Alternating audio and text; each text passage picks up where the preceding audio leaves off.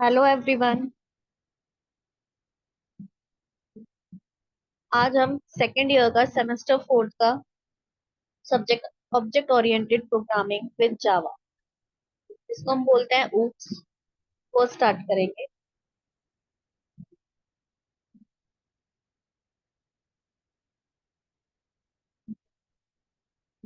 इसके अंदर आपकी 5 यूनिट्स हैं।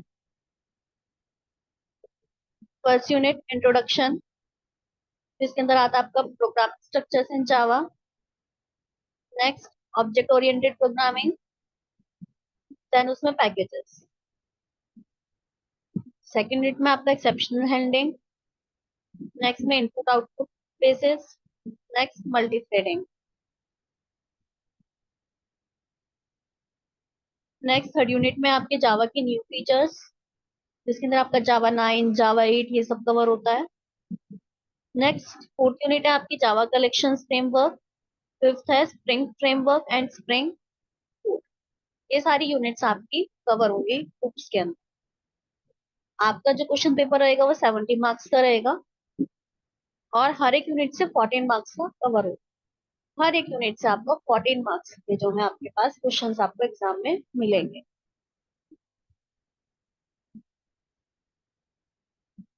Next introduction of object oriented programming with Java, कि आपका उप्स होता क्या है।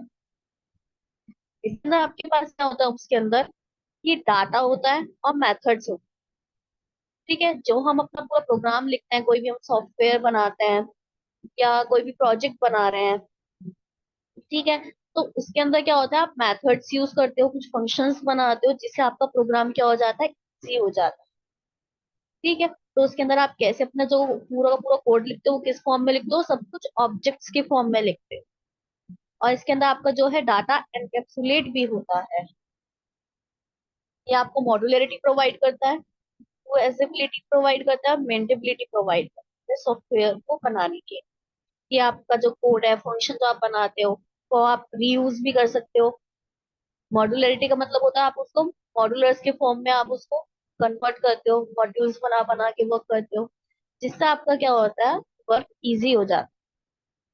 ठीक है, इसके अंदर आपके पास कुछ आपको ये की कॉन्सेप्ट्स हैं आपके, लाइक ऑब्जेक्ट्स है, क्लासेस है, एनकैप्सुलेशन है, एब्स्ट्रक्शन है, इनहेरिटेंस है, पॉलीमॉर्फिज्म। ठीक है, तो ऑब्जेक्ट्स क्या होता है, ऑब्जेक्ट क्या है, आपका इंस्टेंस ऑफ क्लास है, जो कि क्या रिप्रेजेंट करता है, रियल वर्ल्ड एंटिटीज।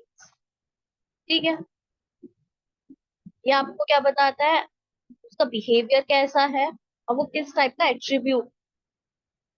क्लासेस आपका क्या होता है, ब्लूप्रिंट होता है, जो कि आपका किस में वर्क करता है, क्रिएटिंग दी ऑब्जेक्ट्स के अंदर। क्लासेस आपका स्ट्रक्चर एंड बिहेवियर बताता है कि आपका जो स्ट्रक्चर है वो कैसा है और उसका बिहेवियर क्या रहता है कोड का। नेक्स्ट आता है एनकैप्सुलेशन। एनकैप्सुलेशन का मतलब होता है आपके डाटा को प्रोटेक्ट करना, या उसको कोई अनऑथोराइज्ड एक्सेस ना कर ले, कि कोई बाहर से हैकर आए और कोई भी उसको हैक कर ले। तो इसके अंदर जावा के अंदर एक फीचर प्रोवाइड करा जाता है एनकैप्सुलेशन, कि जो उसका ऑथराइज्ड है वो ही उसको एक्सेस कर सकता है, अनऑथराइज्ड एक्सेस इसके अंदर पॉसिबल नहीं है। नेक्स्ट आता है एब्स्ट्रक्शन। एब्स्ट्रक्शन के अंदर क्या होता है, जितना भी आपका कॉम्प्लेक्स इम्प्लीमेंटेशन डिटेल्स होती है वो हाइड हो जाती है। सिर्फ आपको लाइक आप कोई सॉफ्टवेयर बना रहे हो, जो उसका कोड है वो आप देख पा रहे हो, लेकिन जो यूजर है वो उसको सिर्फ यूज कर पा रहा है, लेकिन उसकी कोड नहीं देख पा रहा पीछे का, कि आपने उसका कोड क्या कर रखा है। तो वो होता है एब्स्ट्रक्शन, कि जो यूजर है वो सॉफ्टवेयर को यूज करेगा, लेकिन उसको पीछे का इम्प्लीमेंटेशन नहीं पता कि उसके अंदर कैसे हमने उसको इम्प्लीमेंट करा है, कैसे उसको बनाया है। तो होता है एब्स्ट्रक्शन, कि हमने हाइड कर दिया जितना भी कॉम्प्लेक्स था, जितना भी हमने कॉम्प्लेक्स इम्प्लीमेंटेशन एक सॉफ्टवेयर को बनाने में पीछे करा है, पूरी कोडिंग करी है, जितने भी मॉड्यूल्स बनाए हैं, फंक्शंस बनाए हैं, वो यूजर तक नहीं देते हैं। हम उसको क्या देते हैं, पूरा एक सॉफ्टवेयर देते प्रेजेंट करते हैं, इंटरफेस। ठीक है, तो वो आता है आपका एब्स्ट्रक्शन में। एनकैप्सुलेशन क्या होता है, कि जो कि आपके डाटा को क्या करता है, एक जगह बाइंड करता है, डाटा और मेथड्स को, और क्या करता है, आपके डाटा को प्रोटेक्ट करता है कि उसको कोई अनऑथराइज्ड एक्सेस ना हो। एब्स्ट्रक्शन के अंदर क्या होता है, आपका इम्प्लीमेंटेशन हाइड रहता है यूजर से। नेक्स्ट आता है इनहेरिटेंस। इनहेरिटेंस आपने साइंस में भी पढ़ा होगा कि जो पेरेंट होता है, पेरेंट की जो प्रॉपर्टीज होती है, बिहेवियर्स होता है या उनका, तो वो कौन इनहेरिट करता है उनकी प्रॉपर्टीज? अपने पेरेंट के चाइल्ड।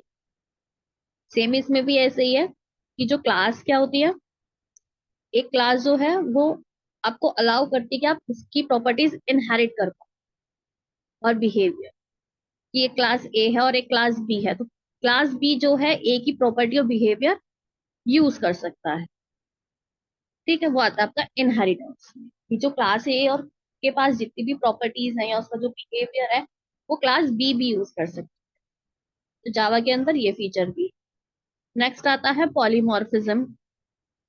पॉलीमॉर्फिज्म क्या होता है? Enabling objects of different classes. इसके अंदर क्या होता है आपका, जितना कॉमन टाइप के आपके ऑब्जेक्ट्स हैं, ये आपको फ्लेक्सिबिलिटी प्रोवाइड करता है। आप इसके अंदर बिहेवियर भी चेंज कर सकते हैं। मेनली पॉलीमॉर्फिज्म का मतलब होता है मैनी फॉर्म्स, अलग अलग फॉर्म्स में आप उसको यूज कर सकते हो। ठीक है, तो ऑब्जेक्ट ओरिएंटेड प्रोग्रामिंग क्या होता है आपका? इसके अंदर आपके मेथड्स होते हैं, ऑब्जेक्ट्स होते हैं, फंक्शंस होते हैं एक कोड का। इसके अंदर आपकी क्या क्या चीजें यूज होती हैं? लाइक ऑब्जेक्ट्स यूज होते हैं। ऑब्जेक्ट क्या होता है आपका? रियल वर्ल्ड एंटिटीज होती हैं। नेक्स्ट आते हैं आपका क्लासेस। क्लासेस कैसे बनती हैं आपकी? ऑब्जेक्ट से ही क्लासेस बनती हैं। क्लासेस क्या शो करती हैं? स्ट्रक्चर और बिहेवियर शो करती हैं। एनकैप्सुलेशन आपका होता है कि आपका मेथड और डाटा एक जगह बंडल कर दिया, और आपका डाटा क्या करता है? वो प्रोटेक्ट करता है और अनऑथराइज्ड एक्सेस से आपको बचाता है। एब्स्ट्रैक्शन क्या होता है? कि यूजर से जितनी भी इम्प्लीमेंटेशन है वो हाइड करना। इनहेरिटेंस होता है कि एक क्लास से दूसरी क्लास की प्रॉपर्टी जो है यूज करना या इनहेरिट करना। पॉलीमॉर्फिज्म क्या होता है आपका? मैनी फॉर्म्स, कि आप जो ऑब्जेक्ट्स हो अलग अलग फॉर्म्स के अंदर यूज कर सकते हैं। वो आपको क्या प्रोवाइड करता है? फ्लेक्सिबिलिटी प्रोवाइड करता है और उसका डायनामिक बिहेवियर प्रोवाइड।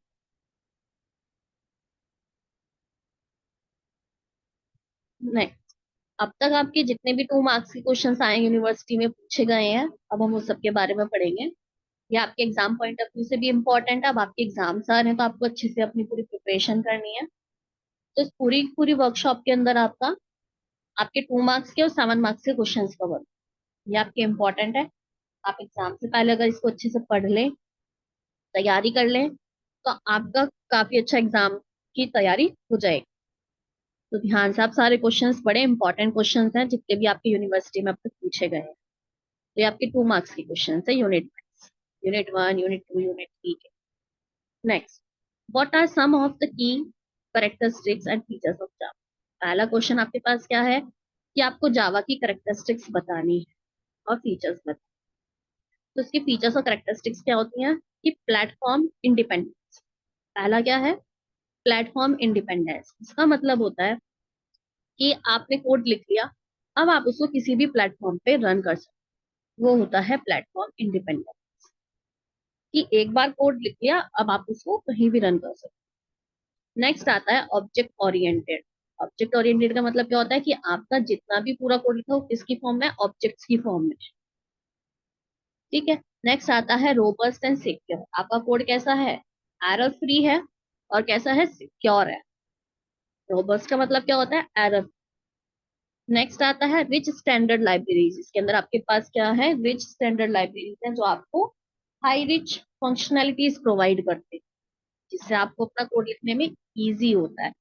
नेक्स्ट होता है मल्टी थ्रेड। मल्टी थ्रेडिंग आपका होता है कि आप मल्टीपल प्रोसेस एक साथ कर, वो आता है मल्टी थ्रेडिंग के अंदर।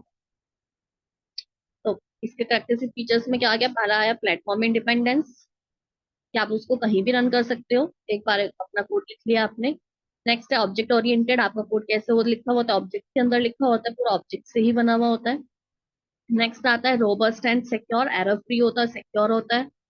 उसके अंदर आपको बहुत सारी फंक्शनैलिटीज मिलती हैं, लाइब्रेरीज मिलती हैं, और मल्टी थ्रेडिंग, कि आप मल्टीपल प्रोसेस एक साथ कर सकते हैं। नेक्स्ट आता है आपका कि जावा जो है प्लेटफॉर्म इंडिपेंडेंस है कैसे, कि वो अचीव कैसे करता है। ये हमने तो बोल दिया कि एक बार उसको कोड को लिख लिया, अब उसको कहीं भी रन कर लो। और कैसे रन कर लो? कुछ तो उसके पीछे होगा ना जिसके थ्रू हम उसको कहीं भी रन कर सकते हैं। तो वो ये चीज कैसे अचीव करता है, प्लेटफॉर्म इंडिपेंडेंस, इसके थ्रू, जेवीएम के, क्या होता है, Java virtual machine. Java virtual machine क्या होता है, जो कि आपको एक रन टाइम एनवायरनमेंट प्रोवाइड, ये क्या है आपका एक सॉफ्टवेयर बेस्ड होता है जेवीएम। आपका नेक्स्ट क्वेश्चन भी यही है, व्हाट इज जेवीएम, या आपका कंपलसरी एग्जाम में आता ही आता है, जेवीएम, जेआरई, जेडीके, ये पूरा का पूरा आपका आएगा ही आएगा। तो ये तो आपको अच्छे से पढ़ना ही। तो जेवीएम क्या होता है, प्लेटफॉर्म इंडिपेंडेंस किसके थ्रू आपका अचीव होता है, जेवीएम के थ्रू। जेवीएम क्या होता है, आपका एक एब्स्ट्रैक्ट मशीन है जो कि आपको रन टाइम एनवायरनमेंट प्रोवाइड करता है, जहाँ पे आप अपना जावा कोड रन कर सकते हो। ठीक है। और ये कैसे एग्जीक्यूट करते हैं, आपका बाइट कोड एग्जीक्यूट करते हैं। ठीक है। और ये किसकी तरह काम करता है, आपका इंटरप्रेटर की तरह काम करता है। ठीक है। जो कि जावा बाइट कोड को किस में चेंज कर देता है, मशीन लैंग्वेज के अंदर चेंज कर। ठीक है। तो जेवीएम के थ्रू हम क्या करते हैं, कोड को एक बार लिखते हैं और उसको रन कहीं भी कर सकते हैं। हम इसके अंदर ये भी लिख सकते हैं, राइट वंस रन एनीवेयर, ये वाली कैपेबिलिटी इसके अंदर होती है। क्या कैपेबिलिटी होती है, राइट वंस रन एनीवेयर, ये आपकी जेवीएम की कैपेबिलिटी, एक बार लिखो एंड कहीं भी रन। नेक्स्ट, नेक्स्ट है JDK, Java development kit. Java development kit क्या होता है आपका एक, ये आपको क्या प्रोवाइड करता है, टूल्स एंड लाइब्रेरीज प्रोवाइड। ये क्या होता है आपका सॉफ्टवेयर डेवलपमेंट किट होती है, जो कि आपका किस लिए यूज करता है, आपको टूल्स और लाइब्रेरीज प्रोवाइड करता है। जैसे हम कोई सॉफ्टवेयर वगैरह बनाते हैं, ठीक है, जो जो हमें उसके अंदर टूल्स चाहिए होते हैं या लाइब्रेरीज चाहिए होती हैं, या कोई हम एप्लीकेशन बना रहे हैं उसके अंदर भी हमें टूल्स लाइब्रेरीज चाहिए, तो हमें जेडीके वो प्रोवाइड। ठीक है। जिससे कि हम अपना डेवलप कर सके, अपना सॉफ्टवेयर कंपाइल कर सके, डीबग कर सके, मतलब अगर उसके अंदर कोई एरर आ रहा है तो उसको रिमूव कर सके। ठीक है। तो हम वो किसके थ्रू करते हैं, जेडी। जेडी का हमें क्या प्रोवाइड करता है, टूल्स एंड लाइब्रेरी। नेक्स्ट आता है जेआर, जावा रन टाइम एनवायरनमेंट। ये क्या है आपका जेडीके का ही पार्ट होता है। ये क्या है, एक सॉफ्टवेयर पैकेज है। ठीक है। क्या है, सॉफ्टवेयर पैकेज है जो कि हमको क्या प्रोवाइड करता है, रन टाइम एनवायरनमेंट प्रोवाइड करता है, जहाँ पे हम अपनी एप्लीकेशन को रन कर सकें। और ये क्या इंक्लूड करता है, इसके अंदर क्या होता है, जेवीएम इसके अंदर होता है। ठीक है। तो आपका एक हमने पढ़ा पीछे अभी, जेवीएम, ये क्या होता है, आपका एक सॉफ्टवेयर बेस्ड है। ये क्या है, एक एब्स्ट्रैक्ट मशीन है जो कि आपको रन टाइम एनवायरनमेंट प्रोवाइड करती है बाइट कोड को रन करने के लिए। नेक्स्ट है जेडीके, जो कि आपको टूल्स एंड लाइब्रेरीज प्रोवाइड करता है। ठीक है।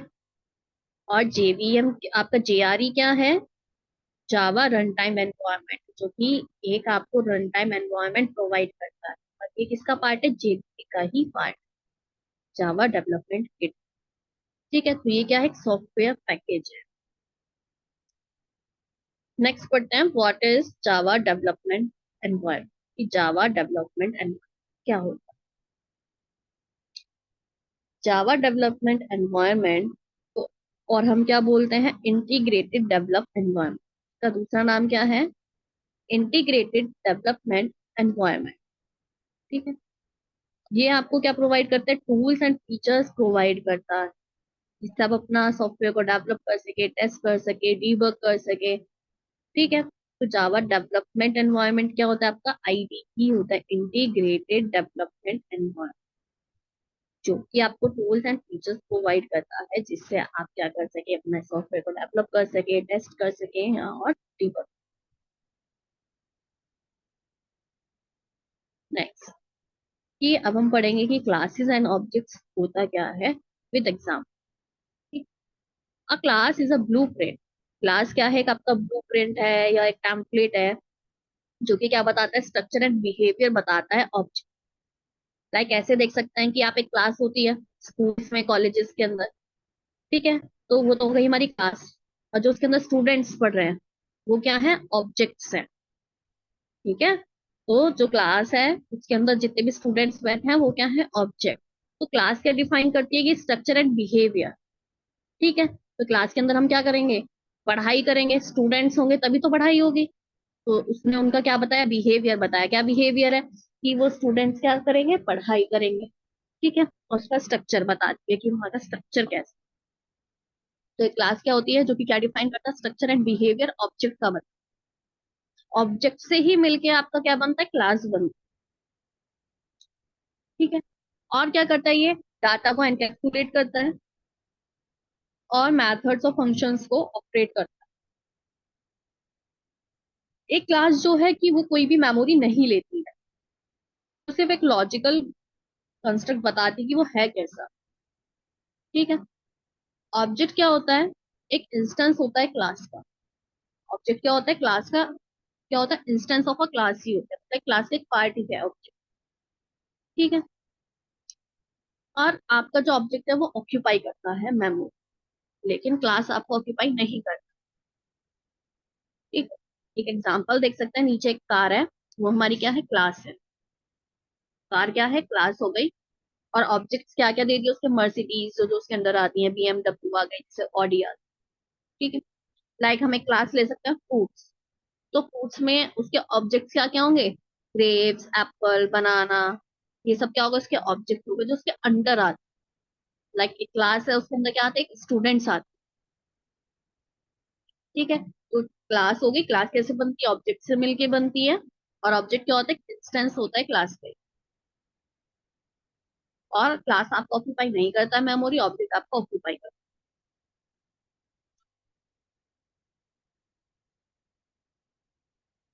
Now what do you mean by exceptions in Java. ये एक्सेप्शंस होते क्या, एक्सेप्शन आपके होते हैं जावा के अंदर, कि जो आपका प्रोग्राम है, कि उसके अंदर जो आपका नॉर्मल रन होता है प्रोग्राम, उसको कोई डिस्टर्ब करे, बीच में उसके फ्लो को अटक जाए, लेट आपका हो रहा है, कोई एरर आ रही है, तो वो आपको होता है एक्सेप्शन। कि जो कि आपके नॉर्मल फ्लो को डिस्टर्ब कर, जब आप उसको एग्जीक्यूट कर, ये क्या रिप्रेजेंट करता है, एकदम से अनएक्सेप्टेड कंडीशन या फिर कोई एरर आ जाए जब उसको रन कर रहे हैं। ठीक है, तो एक्सेप्शन आपको क्या होता है, जो आपका रन टाइम के ऊपर आपको एरर दिखाई, और वो आपके नॉर्मल फ्लो को क्या कर देता है, डिस्टर्ब कर देता है। नाउ नेक्स्ट, आपके डिफरेंट टाइप्स एक्सेप्शंस होते हैं। ठीक है, तो हम देखते हैं इसके अंदर, एक होता है चेक एक्सेप्शन, एक होता है अनचेक एक्सेप्शन। आपके एक्सेप्शन दो कैटेगरीज के अंदर डिवाइड है, check exception and uncheck. Check exception आपका कब आता है, जब आप कंपाइल टाइम पे। ठीक है, चेक एक्सेप्शन आपका कब आता है, जब आपको कंपाइल टाइम के टाइम, जब आपने कोड को कंपाइल करते हैं तब आपका चेक एक्सेप्शन अकर होता है। ठीक है, और इसको हैंडल, अभी हम आगे भी पढ़ेंगे इनके बारे में, कि इसको हैंडल करने के लिए हम क्या यूज करते हैं, ट्राई कैच ब्लॉक यूज करते हैं। ठीक है, तो ये हमारा कब आता है, कंपाइल टाइम के टाइम आता है। नेक्स्ट आता है आपका अनचेक्ड एक्सेप्शन। अनचेक्ड एक्सेप्शन आपका कब आता है, रन टाइम पे। और इसको हम क्या बोलते हैं, रन टाइम एक्सेप्शन भी बोलते हैं। अनचेक को हम क्या बोलते हैं, रन टाइम एक्सेप्शन भी बोलते हैं। ये कब अकर होता है, रन टाइम। ठीक है, और इसके चेक्ड एक्सेप्शन के कुछ एग्जांपल, जैसे इनपुट आउटपुट एक्सेप्शन होता है, एसक्यूएल एक्सेप्शन होते हैं, फाइल नॉट फाउंड एक्सेप्शन है। और अनचेक्ड के एक्सेप्शन आपके नल पॉइंटर एक्सेप्शन हो गए, array index out of bound exception होते हैं, अरिथमेटिक एक्सेप्शन होते हैं। वो होता है आपके अनचेक। चेक में क्या क्या आता है, input output exception, file not found exception, SQL exception. Uncheck के अंदर आपके आते हैं null pointer exception, array index out of bound exception and arithmetic exception. Next, अब आपका आता है ट्राई कैच ब्लॉक, जो कि इसके अंदर यूज होता है, चेक्ड एक्सेप्शन के अंदर यूज होता है, उसको हैंडल करने के लिए, अगर आपको चेक्ड एक्सेप्शन आ रहा है। ठीक है, तो इसके अंदर क्या होता है, आपको जो ट्राई ब्लॉक होता है और एक कैच ब्लॉक होता है। ट्राई के अंदर हम क्या लिखते हैं, अपना कोड लिखते हैं जो हमें टेस्ट करना है। ठीक है, अगर उसके अंदर कोई एरर आ रही है उसको कौन सॉल्व करेगा? Catch block solve. ठीक है, तो ट्राई के अंदर क्या होगा, कुछ कोड लिखा हुआ होगा जिसके अंदर कुछ ना कुछ एक्सेप्शन आ रही होगी। ठीक है, जो एक्सेप्शन आ रही होगी वो हम कहाँ लिखेंगे? कैच के अंदर लिखेंगे कि हमें कौन सी टाइप की एक्सेप्शन सॉल्व करनी है। तो कहाँ लिखेंगे हम? कैच के अंदर, यहाँ पे। ठीक है, तो वो हम कहाँ लिखेंगे? कैच के अंदर लिखेंगे कि हमारी एक्सेप्शन अगर कहाँ हो। देन उसके अंदर हम कोड लिखेंगे इसको कैसे हैंडल करना है। तो ट्राई के अंदर हम क्या लिखते हैं? कोड लिखते हैं जो हमारा एक्सेप्शन जिसके अंदर होती है, अगर उसके अंदर कोई एक्सेप्शन है तो वो कैच ब्लॉक सॉल्व। नेक्स्ट एक आता है फाइनली ब्लॉक, ये भी इसी के अंदर है। फाइनली ब्लॉक आपका क्या होता है? ये भी क्या कोड कंटेन करके रखता है कि आपकी एक्सेप्शन आए या ना आए, ये आपका रन होता ही है कंपलसरी। फाइनली ब्लॉक आपका रन होगा ही होगा। ये आपका किस लिए यूज होता है? रिसोर्सेज को रिलीज करने के लिए, या कोई हमको ऑपरेशन परफॉर्म करना है जो कंपलसरी हमें करना ही करना है, कोई टास्क जो है हमें परफॉर्म करना ही है। ठीक है, तो अगर मान लो कि आपके पास ये ट्राई ब्लॉक लिखा है, कैच लिखा है, उसके नीचे ही फाइनली ब्लॉक लिखा है, तो आपका पहले तो सबसे पहले ट्राई चलेगा। पहले ट्राई में टेस्ट होगा कि कोई एक्सेप्शन है या नहीं है। अगर इसके अंदर कोई एक्सेप्शन नहीं है ट्राई के अंदर, तो फिर डायरेक्ट कौन सा रन होगा? फाइनली ब्लॉक रन हो जाएगा, कैच वाला रन नहीं होगा। अगर आपकी एक्सेप्शन आ रही है ट्राई ब्लॉक के अंदर, तो फिर कैच वाला रन होगा, देन फाइनली रन। फाइनली तो आपका रन होगा ही होगा, कोई एक्सेप्शन आ रही हो या ना आ रही हो। फाइनली तो आपका हमेशा रन होता ही है, always execute. Next question number 12, what is the difference between throw and throws? एक डिफरेंस बताना है आपको थ्रो और थ्रोस के बीच में। ये किस लिए यूज होता है? एक्सेप्शन को थ्रो करने के लिए यूज करा है। ठीक है, तो इसके अंदर जावा के अंदर थ्रो कीवर्ड यूज करा जाता है तो एक्सेप्शन के लिए, और इधर थ्रोज कीवर्ड यूज करा जाता है एक्सेप्शन को डिक्लेयर करने। ठीक है, तो थ्रो कीवर्ड किस लिए यूज करा जाता है? थ्रो एक्सेप्शन के लिए। और थ्रोज कीवर्ड किस लिए यूज करा जाता है? एक्सेप्शन को थ्रो कर डिक्लेयर करने के लिए। ठीक है, नेक्स्ट इसका एग्जाम्पल दे रखा है कि इसको लिखते कैसे हैं। वॉइड मेन, और उसके अंदर हमने क्या लिखा? थ्रो न्यू अरिथमेटिक एक्सेप्शन लिख दिया, और ब्रैकेट में क्या लिखा? सॉरी। फिर आपका अरिथमेटिक एक्सेप्शन आएगा तो वहां पे आपको क्या प्रिंट होकर मिलेगा? सॉरी लिखा मिलेगा। ठीक है, और हमने इसको कहाँ यूज करा है? मैथड के अंदर यूज करा है। अगर आप थ्रोस के अंदर देखें, वहां पे हमने कहा करा है इसको? वही वॉइड मेन मेथड के साथ ही यूज करा है थ्रोस अरिथमेटिक एक्सेप्शन। ठीक है, और अंदर क्या लिखा है? मैथड का कोड लिखा है। दोबारा देखते हैं कि जो थ्रो है वो किस लिए यूज करा जाता है? एक्सेप्ट, थ्रो कीवर्ड जो हमारी एक्सेप्शन आ रही है उसको हटाने के लिए यूज करा जाता है। और थ्रोस किसके लिए यूज करा जाता है? आपका एक्सेप्शन को डिक्लेयर करने, सिर्फ डिक्लेयर कर दिया कि हाँ एक्सेप्शन आ रही है। ठीक है, थ्रो किसके? मेथड के अंदर यूज करते हैं, और थ्रोज मेथड के आउटसाइड। चेक्ड एक्सेप्शन जो है आपकी, सिर्फ थ्रो से ही आपकी नहीं रिमूव। ठीक है, और इसके अंदर आपकी रिमूव हो जाती है थ्रो। थ्रो जो है फॉलो करी जाती है इंस्टेंस के थ्रू। ठीक है, और यहाँ पे थ्रोज जो है फॉलो करी जाती है बाया क्लास। नेक्स्ट, थ्रो जो है आपका यूज करा जाता है मेथड के अंदर। अभी आपने सेकंड पॉइंट में देखा कहाँ लिखा है आपका? थ्रो मेथड के अंदर लिखा है। और यहाँ पे सेकंड में देखें थ्रोज कहाँ लिखा है आपका? मेथड के बाहर लिखा है, मतलब मेथड के साथ लिखा है जहाँ आपका मेथड डिफाइन करा है। ठीक है, मेथड के सिग्नेचर के साथ। नेक्स्ट लास्ट, आप इसके अंदर मल्टीपल एक्सेप्शन थ्रो नहीं कर सकते। एक बार में एक ही एक्सेप्शन आप इसके अंदर, लेकिन इसके अंदर आप मल्टीपल एक्सेप्शन जो है डिक्लेयर कर सकते हैं थ्रोज के साथ। जैसे इसके अंदर इनपुट आउटपुट एक्सप्रेशन लिखा है, एसक्यूएल एक्सेप्शन लिखा है। ठीक है, now next, what is inter thread communication? एक आता है आपका इंटर थ्रेड कम्युनिकेशन। सबसे पहले हम देखते हैं कि थ्रेड क्या होता है। ठीक है, थ्रेड क्या होता है आपका, एक लाइट वेट यूनिट होती है एग्जीक्यूशन, एक लाइट वेट प्रोसेस होता है जो कि एक सिंगल इंडिपेंडेंट पाथ शो करता है एक प्रोग्राम। तो थ्रेड आपका क्या होता है, एक लाइट वेट प्रोसेस होता है, ठीक है। अब इंटर थ्रेड क्या होता है, इंटर थ्रेड कम्युनिकेशन, कि आपस में जो थ्रेड है वो कैसे कम्युनिकेट कर रहे हैं, कैसे इंफॉर्मेशन को एक्सचेंज कर रहे हैं, कैसे आपस में कम्युनिकेट कर रहे हैं मल्टीपल, ठीक है, मल्टीपल थ्रेड्स आपस में कैसे कम्युनिकेट कर, कैसे कम्युनिकेशन हो रहा है, तो वो कैसे शो करता है, हम इंटर थ्रेड कम्युनिकेशन के थ्रू शो, ठीक है। तो कैसे कैसे डेटा शेयर हो रहा है, कैसे कोऑर्डिनेट हो रहा है, किस मैनर के अंदर वो कंट्रोल हो रहा है, वो हम शो करते हैं। लाइक अगर हम देखते हैं इसके अंदर फर्स्ट पॉइंट, यहाँ से हमारी थ्रेड क्या हुई, एंटर हुई, ठीक है। ये जो आपके ब्लू ब्लू वाले सर्कल्स बन रहे हैं, लाइक आपकी टू थ्रेड्स एंटर हुई है, ठीक है। आपका क्या है, ये एंट्री सेट, फर्स्ट पॉइंट क्या है आपका, entry set. Next second point आता है आपका एक्वायर, ठीक है। एक्वायर का मतलब होता है या तो कोई चीज ऑब्टेन करना या फिर कोई चीज बाय करना, कुछ देर के लिए हमने कोई रिसोर्स लिया यहाँ पे, ठीक है, कोई स्पेस ले लिया हमने थोड़ी देर के लिए, ठीक है, तो एक थ्रेड में थोड़ा सी देर के लिए कोई स्पेस एक्वायर कर लिया, ऑब्टेन कर, ठीक है। तो ये आपको बीच वाला प्रोसेस क्या आता है, ओनर वाला, कि वहां से उन्होंने क्या लिया, कोई रिसोर्स ले लिया, कोई प्रोसेस चल रहा है। नेक्स्ट थर्ड में जब उसका प्रोसेस कंप्लीट हो गया तो उसने क्या करा, रिलीज हो गया वो थर्ड, ठीक है।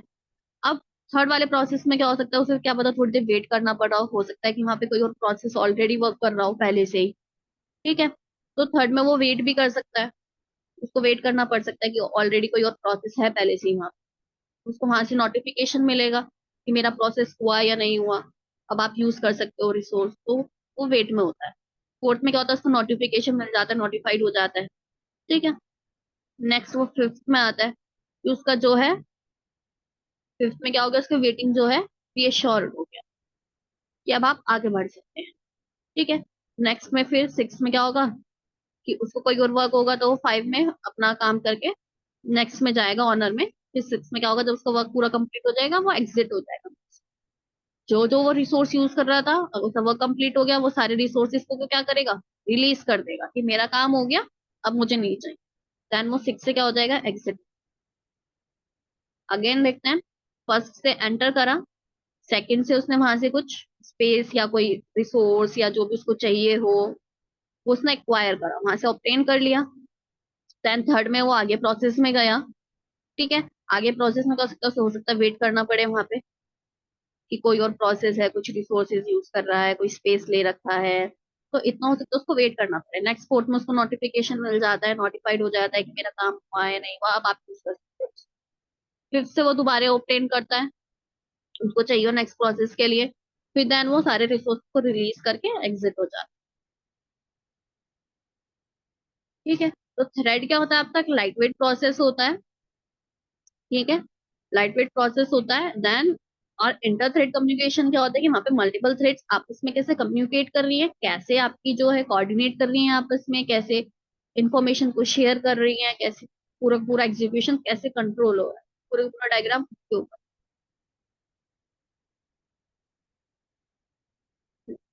नेक्स्ट आता है व्हाट इज थ्रेड प्रायोरिटी। ये थ्रेड प्रायोरिटी होता क्या, थ्रेड प्रायोरिटी का मतलब होता है कि आप कौन सी थ्रेड को पहले प्रायोरिटी दे रहे हो, कि पहले कौन सी थ्रेड रन हो, ठीक है। तो वो कैसे आपकी रन होती है, आपको वो किसके ऊपर बेस्ड होती है, इंटीजर वैल्यूज के ऊपर। कैसे इंडिकेट करता है, इंटीजर्स वैल्यू। तो आपकी जो मिनिमम प्रायोरिटी है वो होगी आपकी वन, ठीक है। तो आपकी नॉर्मल वाली प्रायोरिटी होती है, बीच वाली होती है फाइव, और मैक्सिमम प्रायोरिटी होती है टेन। अगर हमने वहां पे लिख दिया मैक्सिमम प्रायोरिटी अपने कोड के अंदर, या वहां पे टेन वैल्यू दे दी हमने, तो पहले आपकी कौन सी टेन वैल्यू वाली जो है रन होगी, ठीक है। अगर आपने फाइव दे दी, ठीक है, फाइव वाली को हम क्या बोलते हैं, डिफॉल्ट थ्रेड प्रायोरिटी, तो आपकी फाइव वाली रन होगी। अगर हमने वहां पे मिन प्रायोरिटी अपने कोड के अंदर शो करा है तो मिन प्रायोरिटी वाला पहले रन, ठीक है। तो आपकी तीन तरह चार तरह की प्रायोरिटीज होती है। फर्स्ट क्या होती है, लोएस्ट प्रायोरिटी, जो कि वन से शो करी जाती है। सेकंड होती है टेन वाली, वो जो हाईएस्ट प्रायोरिटी होती है। और एक आती है आपकी डिफॉल्ट प्रायोरिटी, जो कि आपकी फाइव से शो करी जाती है, उसको हम क्या बोलते हैं, नॉन प्रायोरिटी भी बोलते हैं। तो थ्रेड प्रायोरिटी क्या होता है कि जो कि आपकी इंटीजर वैल्यू से इंडिकेट करी जाती है एग्जीक्यूशन के अंदर के टाइम आपकी जो है, और प्रायोरिटी के थ्रू आपकी जो है थ्रेड्स रन होती है, मतलब प्रोसेस आपका थ्रेड प्रायोरिटी के अकॉर्डिंग रन, जिसकी हाईएस्ट प्रायोरिटी वो पहले रन होता है। अगर हमने हाईएस्ट प्रायोरिटी लिख रखी, लोएस्ट प्रायोरिटी लिख रखी, तो पहले लोएस्ट प्रायोरिटी वाला रन। नेक्स्ट 15, इसके अंदर क्या है, स्ट्रीम एपीआई। क्या स्ट्रीम एपीआई एक होता है, आपको पावरफुल एंड फ्लेक्सिबल वे देता है। आपका जो पूरा ऑब्जेक्ट्स है, आपकी जो पूरी फंक्शनलिटीज आप अपना प्रोग्राम कर रहे हो, उस प्रोसेस को जो है रन करने के लिए आपको फ्लेक्सिबिलिटी जो है प्रोवाइड करता है। एपीआई क्या होता है, आपका एप्लीकेशन प्रोग्रामिंग इंटरफेस। ठीक है, क्या होता है एप्लीकेशन प्रोग्रामिंग इंटरफेस? सबसे पहले एपीआई समझते हैं होता है क्या। इसके अंदर आपके पास क्या होता है, कुछ प्री रिटन क्लासेस, इंटरफेसेस और पैकेजेस आपके पास लिखे होते हैं, कुछ ना कुछ फंक्शनैलिटीज होती है जो कि आपको ऑलरेडी लिखी हुई मिलती है। एपीआई क्या होता है आपका, और साइज के अंदर क्लासेस, इंटरफेसेस, फंक्शनैलिटीज, पैकेजेस आपको ऑलरेडी लिखे हुए मिलते हैं, जिसको आप यूज कर सकते हो डायरेक्ट। ठीक है, डेवलपर्स क्या करते हैं, डायरेक्ट एपीआई यूज करते हैं। ठीक है, जहां से हमें डायरेक्ट क्या क्या मिल जाती है, आपको कोड लिखा मिल जाता है ऑलरेडी, या फंक्शनैलिटीज आपको मिल जाती है, जिससे आपको अपना कोड बनाने में थोड़ा, अपना प्रोजेक्ट बनाने में थोड़ा इजी हो जाता है, या आप डायरेक्ट किसी भी का एपीआई यूज कर सकते हैं। ठीक है, तो स्ट्रीम एपीआई क्या होता है आपका, जो कि आपको फ्लेक्सिबिलिटी प्रोवाइड करता है, आपका फंक्शनल जो आपका स्टाइल है उसमें आपको फ्लेक्सिबिलिटी प्रोवाइड करता है। ठीक है, तो आपका स्ट्रीम एपीआई होता है, आपका इसके अंदर ऑपरेशंस होते हैं सीक्वेंस के अंदर, जिसको आप इजीली प्रोसेस कर पाओ। अगर आप अपना डायग्राम देखें, पहले क्या है, इनपुट। ठीक है, फिर ऑपरेशन वन, ऑपरेशन टू, बहुत सारे ऑपरेशन, इसको बोल रहे हैं स्ट्रीम एपीआई। ठीक है, तो बीच में आपका क्या हो रहा है, इंटरमीडिएट ऑपरेशन चल। ठीक है, देन उसके बाद आता है टर्मिनल ऑपरेशन, उसके बाद आपको आउटपुट मिल जाता है। ठीक है, स्ट्रीम एपीआई क्या होता है, जो आपका सीक्वेंस के अंदर आपके प्रोसेस जो है हो रहे हैं, फ्लेक्सिबिलिटी, वो आपको पावरफुल फ्लेक्सिबिलिटी प्रोवाइड कर रहा है कि आपका प्रोसेस जो है एक प्रोसेस में चलता रहे, सीक्वेंस में। ठीक है, अगर आपका प्रोसेस सीक्वेंस में चलेगा तो आपको ऑटोमेटिक आपको फ्लेक्सिबिलिटी प्रोवाइड। ठीक है, नेक्स्ट आता है what are default methods in Java. ये आपका डिफॉल्ट मेथड, डिफॉल्ट मेथड आपका एक फीचर है जो कि जावा 8 के अंदर आपका इंट्रोड्यूस करा गया है। ठीक है, जो कि क्या करता है, न्यू मेथड्स ऐड करता है।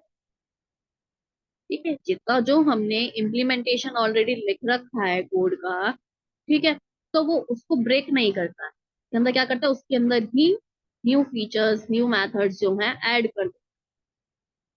ठीक है, हमारा जो ऑलरेडी कोड लिखा है उसको डिस्टर्ब नहीं करेगा, डिफॉल्ट मेथड क्या करता है, उसके अंदर न्यू फीचर्स ऐड कर देता है विदाउट डिस्टर्बिंग दी ऑलरेडी हमारा जो एग्जिस्टिंग इम्प्लीमेंटेशन है। नेक्स्ट 17 क्वेश्चन, कि बेस 64 एनकोड एंड डिकोड होता है। ये आपकी टू टेक्निक्स हैं, बेस 64 एनकोड एंड डिकोड वाली, जो कि कन्वर्ट करता है बाइनरी कोड को स्काई करेक्टर्स के। ठीक है, बेस 64 क्या होता है आपका, एनकोड एंड डिकोडिंग की टू टेक्निक्स हैं आपकी हैं, जो कि क्या करता है, आपका बाइनरी डाटा को स्काई करेक्टर के अंदर चेंज कर देता है। एनकोडिंग क्या करता है आपका, जो कि बाइनरी डाटा को टेक्स्ट फॉर्मेट के अंदर चेंज। ठीक है, एनकोडिंग क्या करता है, बाइनरी डाटा को टेक्स्ट फॉर्मेट में चेंज कर देता है। नेक्स्ट आता है आपका इसके अंदर डिकोड करना। ठीक है, डिकोडिंग आपका क्या होता है, अ, जो भी हमने लिखा है उसको डिकोड करना। ठीक है, उसको क्या करता है, डिकोड करने का काम करता है।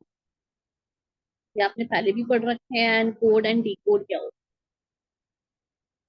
कि जितना भी हमने लिखा है उसको किसमें चेंज करना है, स्काई करेक्टर्स के अंदर चेंज। इससे हमारा क्या होता है, जो डाटा है वो एनक्रिप्ट हो जाता है, कि उसको अनऑथराइज्ड एक्सेस नहीं कर पाता एनकोड और डिकोड की थ्रू। नेक्स्ट आता है आपका for each method. For each method क्या होता है आपका?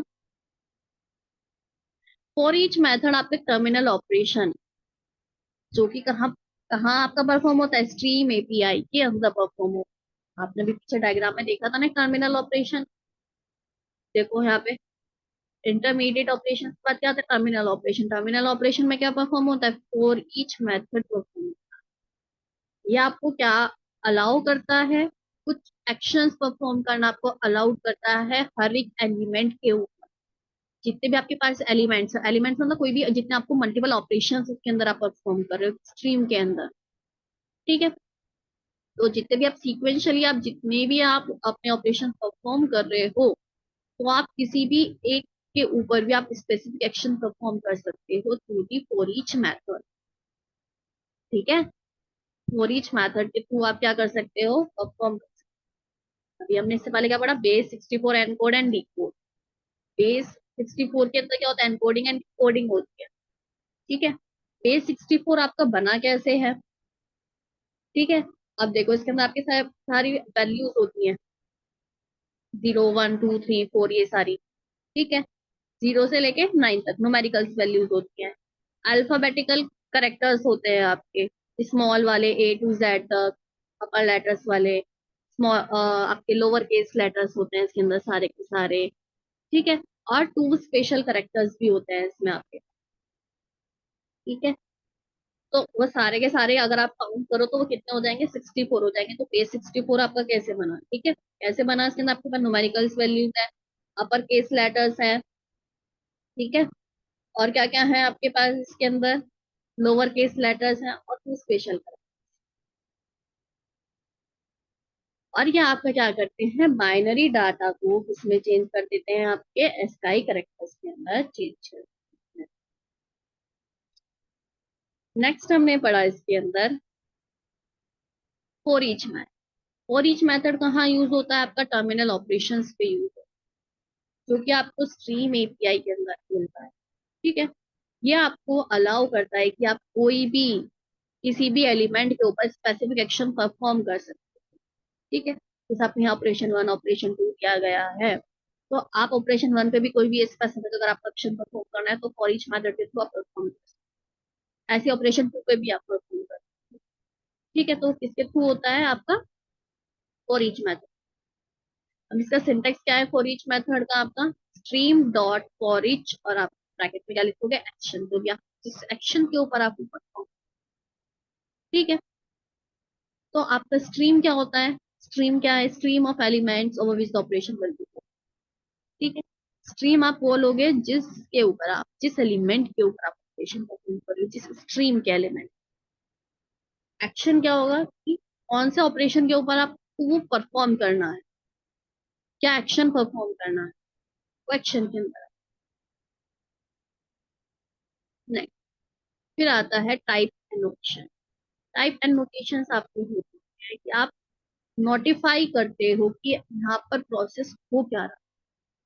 ठीक है, वो क्या अलाउ करता है डेवलपर को कि आप एनोटेशंस होते हैं आपके बहुत टाइप, आप उसके अंदर डिक्लेयर कर सकते हो अपने कोड के अंदर एक एडिशनल इंफॉर्मेशन प्रोवाइड कर, कि यहाँ पे इस टाइप का एनोटेशन जो है यूज करा गया है। इस टाइप का टूल फ्रेमवर्क जो भी यूज कर रहे हो आप इसके अंदर, यहाँ पे आपका मेथड ओवरराइड हो रहा है, ओवरराइट हो रहा है। ठीक है, वो सब चीज आप एनोटेशन के थ्रू शो कर, @ यूज करके आप एनोटेशन को शो। ठीक है, फिर आता है inner anonymous classes in Java. Inner anonymous class क्या होती है, ये होती है आपकी अननेम क्लासेस। क्या होती है, अननेम क्लासेस होती है, जो कि कहाँ डिफाइन करी जाती है, with in the body use करी जाती है अनदर क्लास या फिर मेथड्स के अंदर। ठीक है, कहाँ डिफाइन करी जाती है, या तो आपकी किसी भी क्लास के अंदर या किसी भी मेथड की बॉडी के अंदर। ठीक है, और ये कैसी होती है, अननेम्ड क्लासेस, इनका कोई नेम नहीं होता।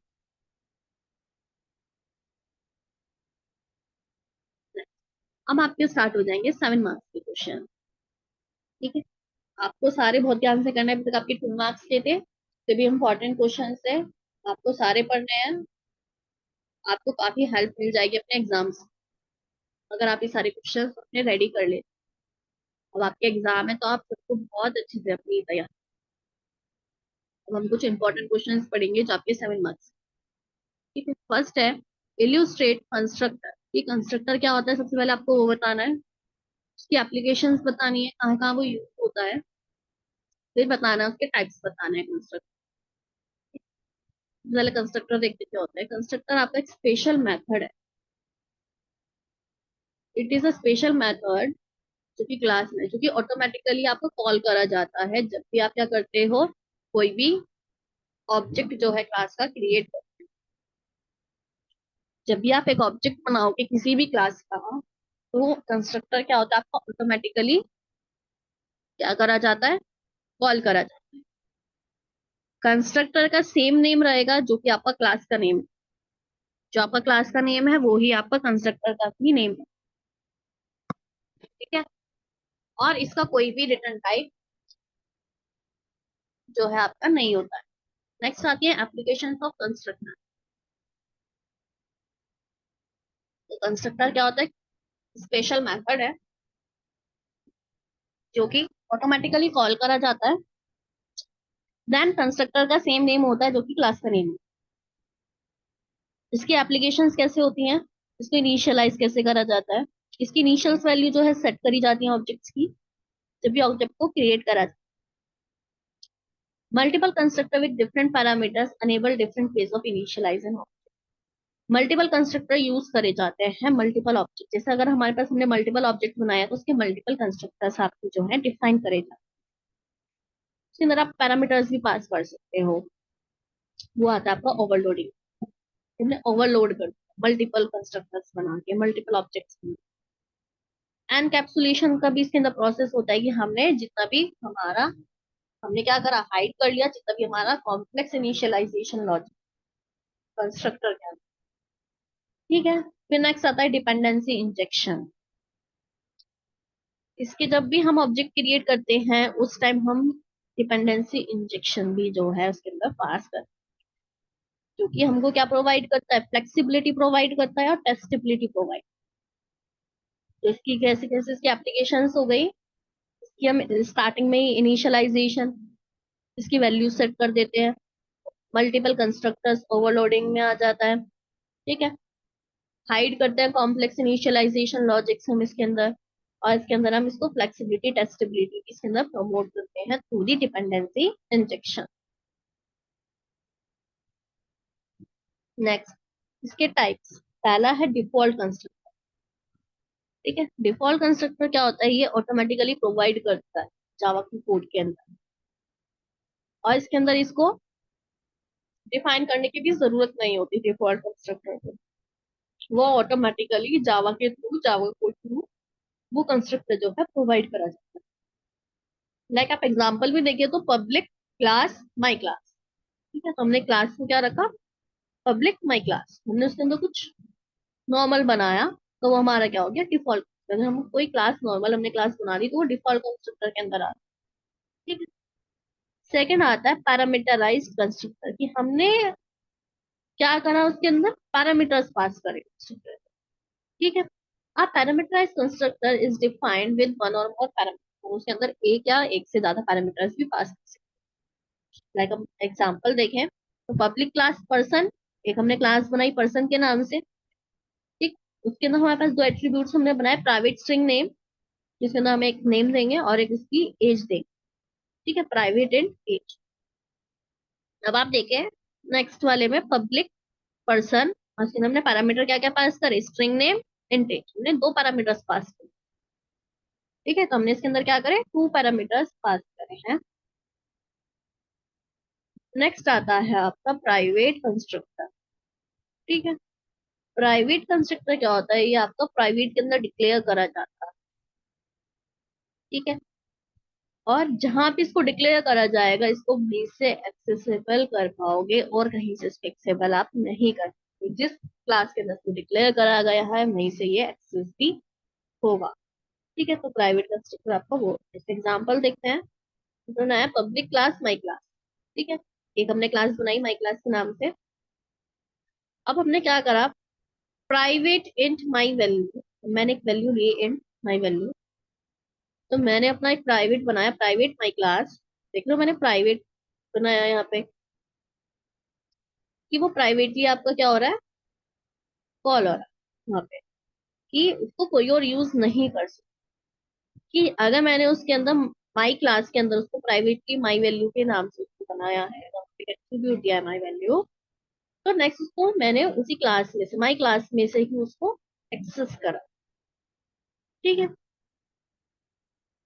तो मैं उसको कहाँ से एक्सेस करूंगी, माई क्लास से ही एक्सेस करूंगी। जिस क्लास के अंदर मैंने उसको प्राइवेटली इनिशियलाइज करा है, वहीं जहां मैंने उसको डिक्लेयर करा है, वहीं से वो क्या होगा, एक्सेस। उसको मैं कहीं और से एक्सेस नहीं कर सकती। नेक्स्ट आता है कॉपी कंस्ट्रक्टर। कॉपी कंस्ट्रक्टर क्या होता है, जब भी हमें कोई न्यू ऑब्जेक्ट बनाया हमने, तो हम उसको कॉपी भी कर सकते हैं। जो हमने बनाया पहले ऑब्जेक्ट, हम उसको क्या कर सकते हैं, दोबारा कॉपी कर सकते हैं। उसको बोलता है कॉपी कंस्ट्रक्टर। ठीक है, जैसे हमने बनाया पब्लिक क्लास पॉइंट, हमारी क्लास क्या है, पॉइंट के नाम से है, उसके अंदर हमने एक इंटीजर दिया एक्स, एक इंटीजर दिया वाई। अब हम क्या बनाएंगे, कॉपी कंस्ट्रक्टर बना रहे हैं। तो पब्लिक पॉइंट, और हमने उसको क्या करा, कॉपी कर दिया दोबारा पॉइंट अदर।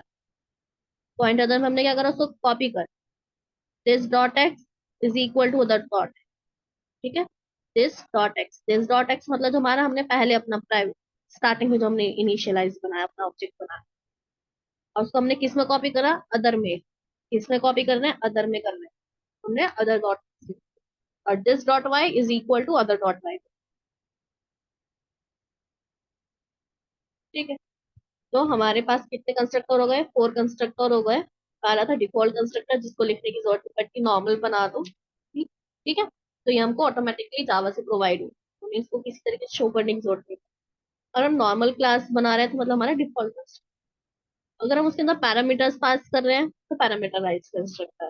ठीक है, अगर हम उसको प्राइवेटली कहीं से कॉल कर रहे हैं, ठीक है, प्राइवेटली हम उसको एक्सेस कर सकते हैं, जिस क्लास के अंदर हमने उसको डिक्लेयर करा वहीं से हम उसको क्या कर रहे हैं, एक्सेस करेंगे, तो वो हमारा क्या है, प्राइवेट कंस्ट्रक्टर। हम उसको किसी भी और क्लास पे एक्सेस नहीं कर सकते। नेक्स्ट आता है कॉपी कंस्ट्रक्टर। आपने जो स्टार्टिंग में बनाया उसको ही हमने क्या कर दिया, कॉपी कर दिया। ठीक है, कि हमने जो ऑब्जेक्ट्स बनाए थे उसी की ही जो एट्रीब्यूट्स है उसको क्या करना, दूसरी जगह कॉपी कर देना उसके एट्रीब्यूट्स। नेक्स्ट आपका जो सबसे मेन क्वेश्चन पूछा जाता है, आपके 2 मार्क्स के क्वेश्चन में भी था, जेडीके, जेआरई एंड जेपी, ये आपका लॉन्ग में भी पूछा जाता है कि इन तीनों के बीच में डिफरेंस। ठीक है, तो जेवीएम मैंने क्या बताया था, जावा वर्चुअल मशीन। ठीक है, जो कि आपको जावा इंटरप्रेटर प्रोवाइड करते हैं, जेट प्रोवाइड करते हैं, गार्बेज कलेक्ट। जेआरई जो आपको एक रन टाइम एनवायरनमेंट प्रोवाइड करता है, लाइब्रेरीज प्रोवाइड करता है। ठीक है, और जेडीके क्या होता है, जावा डेवलपमेंट किट, जो कि आपको डेवलपमेंट टूल्स प्रोवाइड करता है, लाइक जेवैक, जावा, जावा डॉक, जार। ठीक है, जो आपको जैसे जावा कंपाइलर देता है आपको। ठीक है, लाइब्रेरीज प्रोवाइड करता है, जितने भी टूल्स अपने सॉफ्टवेयर के अंदर यूज कर रहे हैं वो आपको जेडीके, जेडीके के अंदर आता है आपका जेआरई, और जेआरई के अंदर आपका आता है जेवीएम। नेक्स्ट, इन तीनों के बीच के अंदर डिफरेंस है, इनके फुल फॉर्म सबसे पहले, जेडीके की है जावा डेवलपमेंट किट, जेआरई की है जावा रन टाइम एनवायरनमेंट, और जेवीएम की है जावा वर्चुअल मशीन। नेक्स्ट की डेफिनेशन, ये क्या है आपका, जेडीके एक सॉफ्टवेयर डेवलपमेंट किट, जो कि इसलिए यूज करी जाती है, एप्लीकेशन को डेवलप करने के लिए यूज करी। जेआरई क्या होता है आपका, जेआरई आपका एक सॉफ्टवेयर बंडल है, जो कि क्या प्रोवाइड करता है आपको, क्लासेस, लाइब्रेरी, जितने भी कंपोनेंट्स होते हैं सबको एक जगह आपका जो है वो प्रोवाइड करता है, उनको बंडल करने में काम आता है। ठीक है, कि जिससे आपका जावा कोड जो है रन हो पाए, वो आपको एक एनवायरनमेंट प्रोवाइड करता है। जावा वर्चुअल मशीन आपका होता है एक एब्स्ट्रैक्ट मशीन होती है, जो कि आपको क्या प्रोवाइड करती है, एनवायरनमेंट प्रोवाइड करती है जिससे कि आपका जो है जावा बाइट कोड रन हो पाए। क्या रन हो पाए? जावा। जेडीके के अंदर आपका क्या क्या कंटेन करता है वो आपका, एक तो टूल्स कंटेन करता है जिससे आप अपना सॉफ्टवेयर जो है डेवलप कर पाए। डीबगिंग मतलब एरर के लिए यूज करा जाता है, और आपका जो आप मॉनिटर कर सको जावा कोड।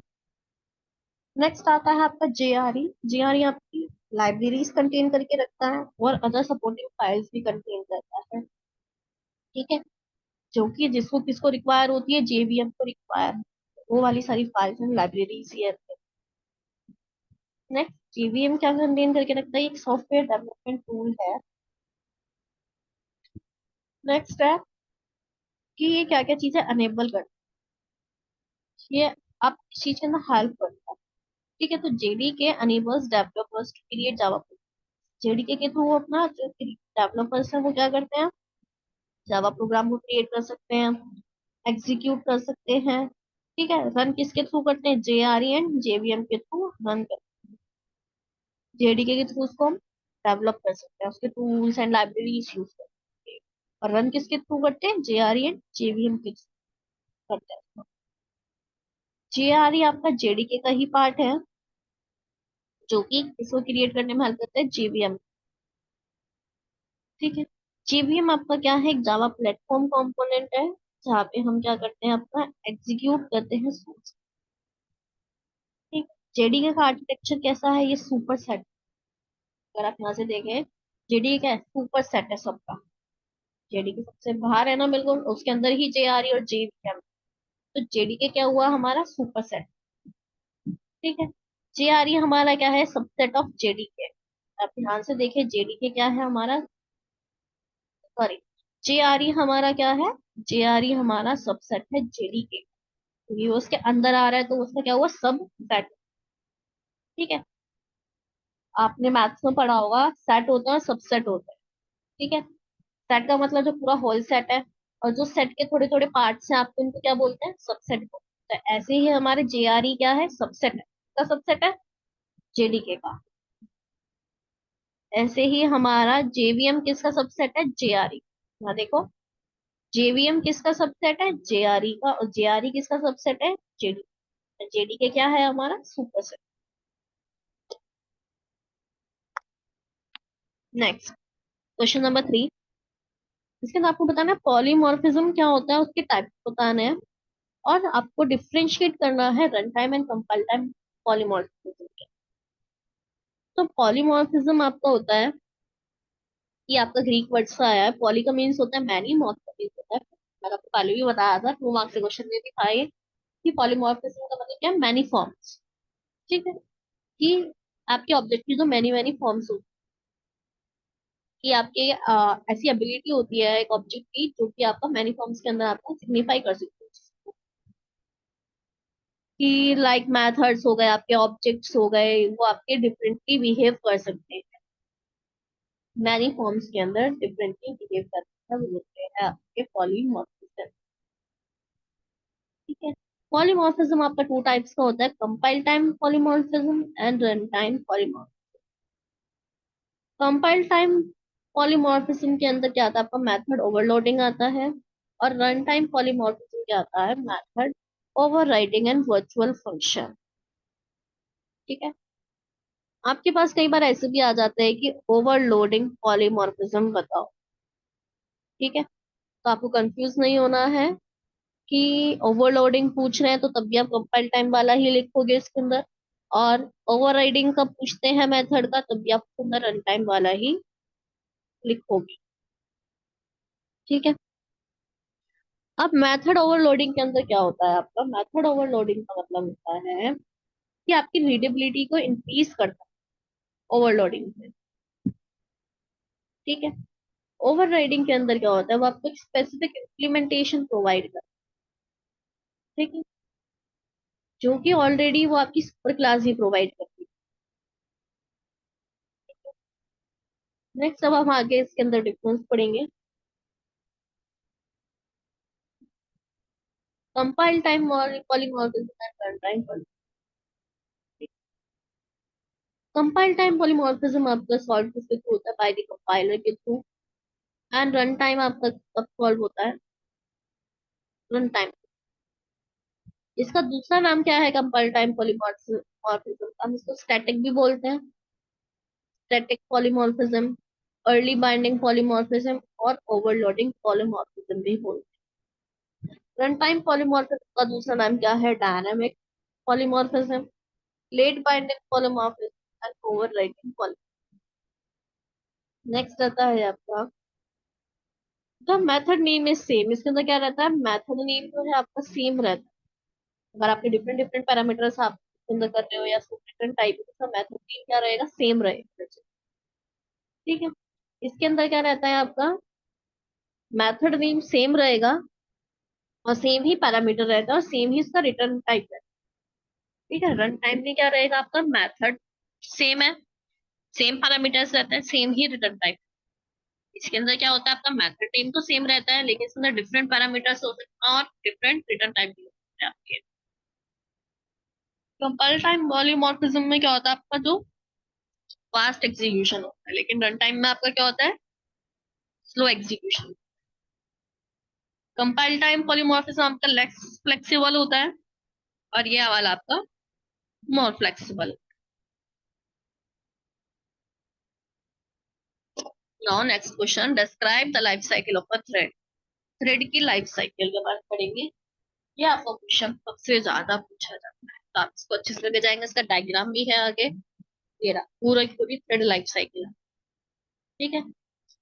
तब हम इसको देखते हैं। सबसे पहले इसकी थ्रेड लाइफ साइकिल, इस क्वेश्चन को जरूर कर लेना। ये सबसे ज्यादा कॉमनली पूछने वाला क्वेश्चन है आपके सामने पूछा जाए कि आपकी एक थ्रेड कैसे क्रिएट होती है, कैसे वो अपना प्रोसेस जो है कंप्लीट करती है। सबसे पहले आपका आता है न्यू थ्रेड। ठीक है। ये हम एक न्यू थ्रेड क्रिएट करेंगे। तो हम देखते हैं, ये आपकी एक स्टेट दे रखी है न्यू, स्टार्टिंग में जहां तक स्टार्ट कर, हमने यहाँ पे सिर्फ स्टार्ट करा है न्यू, कुछ रन नहीं हो रहा, सिर्फ न्यू। हम एक थ्रेड हम क्या करेंगे? हम यहाँ से स्टार्ट करेंगे क्रिएट। नेक्स्ट आता है आपकी रनेबल स्टेट। यहाँ पे क्या होता है? रनेबल स्टेट में वो सिर्फ रेडी टू रन हो जाता है, सिर्फ रेडी होता है, रन नहीं हो रहा, कि वो रन होने के लिए रेडी हो। ठीक है। नेक्स्ट आता है आपका रनेबल के बाद आता है रनिंग। न्यू से तो वो आया, अंदर स्टार्ट हो गया, आपकी थ्रेड जो है न्यू से एंटर करी। रनेबल का मतलब वो स्टार्ट हो गया, रन होने के लिए रेडी है, और रनिंग का मतलब वो रन हो रहा है। ठीक है।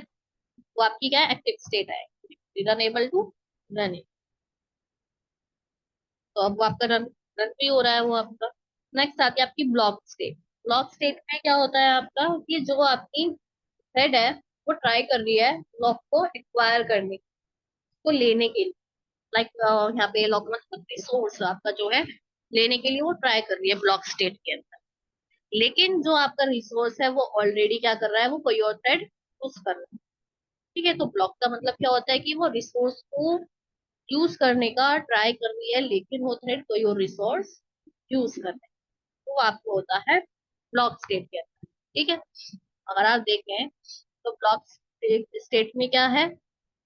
वो एक्वायर करती है लॉक, मतलब सोर्स जो है उसको ट्राई कर रही है यूज करने का।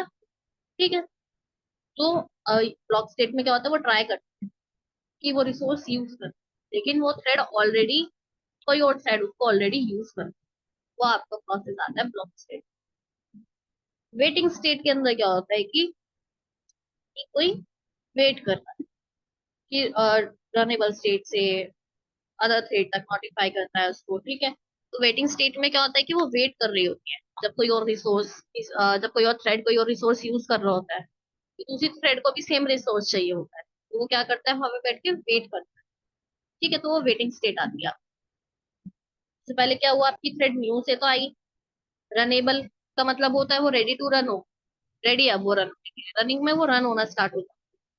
ब्लॉक के अंदर क्या होता है? ब्लॉक स्टेट आपकी क्या होती है? कि अगर आपको कोई रिसोर्स चाहिए लेकिन वो कोई और थ्रेड यूज कर, तो वो ब्लॉक स्टेट के अंदर आता है। वेटिंग में क्या आता है? कि वो वेट कर रहा होता है कि वो कब उसको छोड़े, और मैं कब वो रिसोर्स यूज करूँ। ठीक है।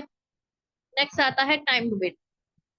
टाइम वेटिंग में होता है कि वो कितना टाइम ले रही है उससे, उस प्रोसेस को करने में एक थ्रेड कि देन वो अपना रिसोर्स कितने टाइम में यूज करेगी, 10 सेकेंड्स के लिए यूज कर रही है, 5 सेकेंड्स के लिए यूज कर रही है, ठीक है। अब वो कब उसको रिलीज करेगी और वो कब उसको एक्वायर करेगी, ठीक है।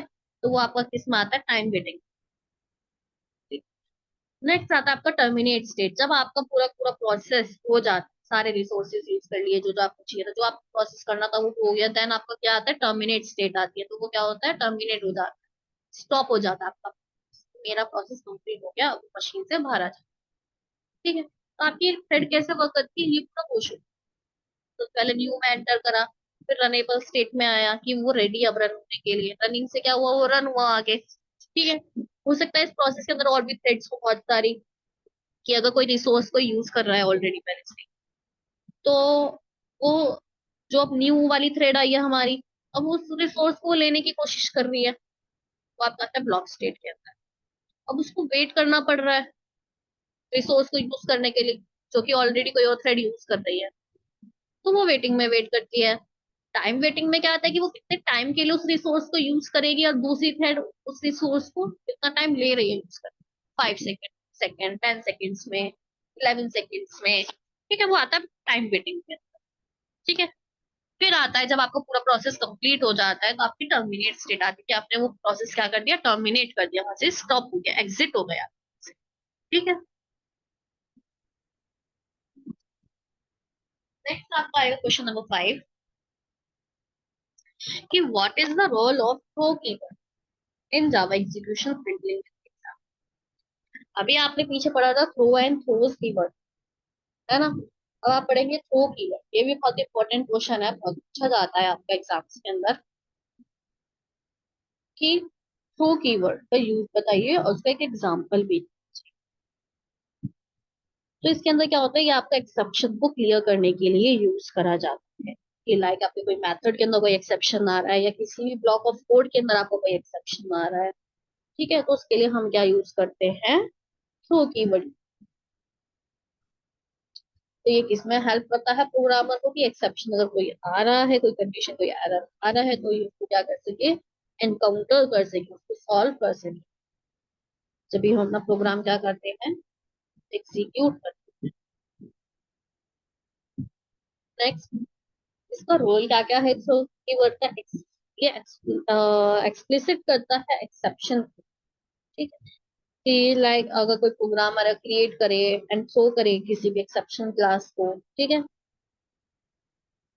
सब क्लास ऑफ थ्रोएबल, जो आपकी थ्रोएबल क्लास होती है उसके थ्रू, ठीक है। नेक्स्ट आता है आपका कस्टम एक्सेप्शन हैंडलिंग, ये क्या करके आपकी एक्सेप्शन हैंडल करती है, जो कस्टम वाली होती है उसको अलाउ करती है डेवलपर को कि वो डिफाइन करे और हैंडल करे जितनी भी एप्लीकेशन की स्पेसिफिक एरर्स आ रही, जितनी भी आपकी क्या आ रही है, स्पेसिफिक एरर्स आ रही, जो भी आपकी प्रोग्राम के अंदर, तो क्या करे, डिफाइन करे और हैंडल करे। और एक्सप्लिसिट एक्सेप्शन रेजिंग के अंदर क्या होता है, जो भी आपका नॉर्मल फ्लो हो रहा होता है आपका प्रोग्राम का, वो उसको डिस्टर्ब करता है आपका एक्सेप्शन, तो ये उसको सॉल्व कर उस एरर को। नेक्स्ट आता है कंट्रोल फ्लो, जितना भी आपका आपका जितना भी पूरा पूरा कंट्रोल फ्लो है आपका एग्जीक्यूशन का, जो भी आपका मेथड है, अगर आपका स्टॉप हो जाए कहीं पे, कहीं उसमें एरर आ रही है, तो वो कैसे सॉल्व होती है आपकी, या आपका ट्राई कैच ब्लॉक के अंदर कुछ आपका जितना भी एक्सेप्शनल है आ रही है, तो कैच के थ्रू आपका क्या होता है, सॉल्व करा, ठीक है। नेक्स्ट, इसका सिंटेक्स कैसा होता है आपका थ्रो का, कि थ्रो की वर्ड इसके अंदर यूज करा जाता है इसके सिंटेक्स के अंदर, जो कि आपकी थ्रोएबल क्लास के अंदर यूज करा जाता है। आगे देखते हैं इसका एग्जाम्पल, आपको अच्छे से समझ में आएगा कैसे होता है। लाइक आपने क्लास बनाई जिसके अंदर आप एज चेक कर रहे हो, ठीक है, एज चेक। नेक्स्ट आपने बनाया स्टैटिक मेथड, एक आपने बनाया है स्टैटिक वॉइड, कि यहाँ पे आप क्या कर रहे हो, एज दो, एंड एज। अगर आप इफ एज क्या होगी आपकी, लेस देन 18 हो, क्या हुई, लेस देन 18, तो क्या करेगा वो, एक थ्रो करेगा एक्सेप्शन, इलीगल आर्ग्यूमेंट एक्सेप्शन। अगर आपकी एज से लेस है, तो वो एक इलीगल आर्ग्यूमेंट एक्सेप्शन थ्रो करेगा, और उसके अंदर क्या लिखाएगा, एक्सेस डिनाइड, कि आप इसको यूज करने के लिए वैलिड नहीं है, अभी आपकी एज क्या है, कम है तो आप कह सकते हो, पता लगा ना थ्रो कैसे यूज करते हैं, throw new illegal argument exception. ठीक है, और उसके अंदर एक मैसेज प्रिंट होगा। अगर आपका कोई एक्सेप्शन नहीं आ रहा तो आपका क्या रन होगा, एल्स होगा। तो हमने क्या लिखा, सिस्टम डॉट आउट डॉट प्रिंटल है, तो आपका क्या प्रिंट होगा, एक्सेस ग्रांटेड, कि आपको एक्सेस ग्रांट हो गया। अगर आपकी एज 18 से ग्रेटर आ रही है तो आपका कौन सा कोड ऑफ ब्लॉक रन होगा, सिस्टम डॉट आउट डॉट प्रिंटल है, इसके अंदर आपको क्या हो जाएगा, एक्सेस ग्रांट हो जाएगा। नेक्स्ट आप अपना मेन मेथड बनाएंगे, public static void main string ARG. ARG मतलब होता है आर्ग। पब्लिक स्टैटिक वॉइड मेन क्या होता है, आपका मेन फंक्शन होता है, जैसा आपका सी लैंग्वेज के अंदर मेन फंक्शन होता है, ऐसे जावा के अंदर आपका मेन फंक्शन कहाँ से स्टार्ट होता है, पब्लिक स्टैटिक वॉइड मेन से स्टार्ट होता है। इसके ऊपर आपकी क्या बनी हुई है, सारी क्लासेस और मेथड्स है। ठीक है, पब्लिक स्टैटिक वॉइड चेक क्या है, आप एक मेथड है, वो पूरा आपने मेथड डिफाइन कर रखा है इफ एल्स वाला। ठीक है, और पब्लिक क्लास एज क्या है, वो आपने पूरी क्लास बना रखी है आपने, और क्लास का नाम क्या है, एज चेक। और पब्लिक स्टैटिक वॉइड मेन क्या है, आपका मेन फंक्शन है जावा, जिसके अंदर आपने क्या डिफाइन करा है, ट्राई कैच, जहाँ पे अब आप अपना एक्सेप्शन क्या करोगे, हैंडल करोगे। जहाँ पे एक्सेप्शन आएगा, क्या एक्सेप्शन आएगा, अगर आपकी एज 18 से कम है तो कौन सा एक्सेप्शन थ्रो करेगा, इलीगल आर्गुमेंट एक्सेप्शन। अब वो आप किसके थ्रू हैंडल करोगे, ट्राई कैच के थ्रू हैंडल। लाइक आपने ट्राई में क्या करा, आपने एज 16 डाली, क्या डाली, एज 16। अब ये क्या हुआ, एक्सेप्शन थ्रो करेगा, एज 18 से कम है, तो उसको हम किसके थ्रू हैंडल कर रहे हैं, कैच के थ्रू हैंडल कर रहे हैं, इलीगल आर्गुमेंट एक्सेप्शन हमने कैच के अंदर लिखा और ये आपका हैंडल होगा। तो वहां पे आपका क्या मैसेज प्रिंट होगा, एरर। ठीक है, अगर आपने अपनी एज 16 पास करी इसके अंदर तो आपको क्या शो होगा, एरर शो। ठीक है, नेक्स्ट एक ट्राई कैच और बनाया, आप मल्टीपल ट्राई कैच बना सकते हो एक कोड के अंदर। अब आपने नेक्स्ट एज डाली 20। ठीक है, अब ये फिर से मेथड को कॉल करेगा ऊपर वाले, जो हमने ऊपर मेथड बनाया था इफ एल्स वाला ना, याद है, हमने जो ये वाला मेथड बनाया था चेक एज वाला, पब्लिक स्टैटिक वॉइड, जिसे हमने इफ एल्स के। अब हमने एज क्या डाली ट्राई कैच के अंदर, 20। 20 कैसी एज है, वैलिड है, तो वहां पे क्या लिखा है, एक्सेस ग्रांट लिखा है, नो एरर। तो आपका कैच वाला ब्लॉक यहाँ पे चलेगा ही नहीं। क्यों नहीं चलेगा, क्योंकि कोई एरर ही नहीं आ रही। Next question number 6, explain the functional interfaces in Java. ठीक है, हमें क्या करना है, इसके अंदर फंक्शनल इंटरफेस बताना है और लैम्बडा एक्सप्रेशन बताना है क्या। ये आपका यूनिट 3 का बहुत मोस्ट इंपॉर्टेंट क्वेश्चन है, जो वहां से आता ही आता है आपका फंक्शनल इंटरफेस और लैम्बडा एक्सप्रेशन के। Functional interface in Java is an interface that contains exactly one abstract। Functional interface आपका क्या करता है, वन एब्स्ट्रैक्ट मेथड कंटेन करता है। ठीक है, क्या कंटेन करता है, वन एब्स्ट्रैक्ट मेथड। इसका दूसरा नाम क्या होता है, सिंगल एब्स्ट्रैक्ट मेथड।